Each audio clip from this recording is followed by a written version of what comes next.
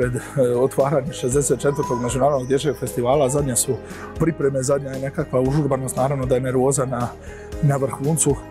Zadnji su nekakvi momenti, zadnje su pripreme što dječje radionice Ivana Jelić našega kazališta koja sudjeluje u protokolu, što zbora Zdravo Maleni. Praktički za neki sat i nešto vremena počinje otvorena generalna proba. Zagrebačko kazalište Lutaka je spremno i mi se stvarno nadamo da ćemo imati jedno jako lijepo i kazališno i umjetničko i svakako drugo iskustvo sa operom Eros onoga svijeta u lutkarskoj izvedbi.